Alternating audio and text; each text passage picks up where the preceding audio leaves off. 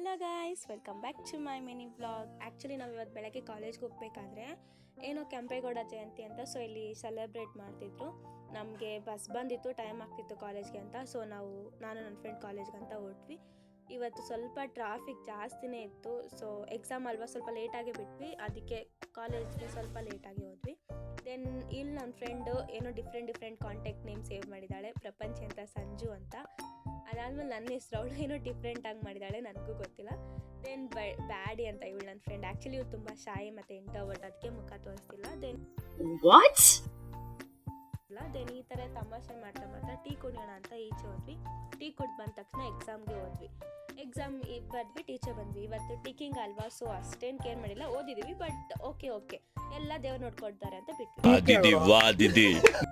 Then ನಾನು ನನ್ನ friends ಟೆಂಪಲ್ಗೆ ಹೋಗೋಣ ಅಂತ ಹೇಳಿದ್ವಿ. ಸೊ ಅದಕ್ಕೆ ಟೆಂಪಲ್ಗೆ ಹೋದ್ವಿ. ಟೆಂಪಲ್ಗೆ ಹೋಗ್ಬಿಟ್ಟು ಪ್ರಸಾದ ತಗೊಂಡ್ಬಿಟ್ಟು ತಿರ್ಗಾ ಬಸ್ ಸ್ಟ್ಯಾಂಡ್ಗೆ ರಿಟರ್ನ್ ಹೋದ್ವಿ.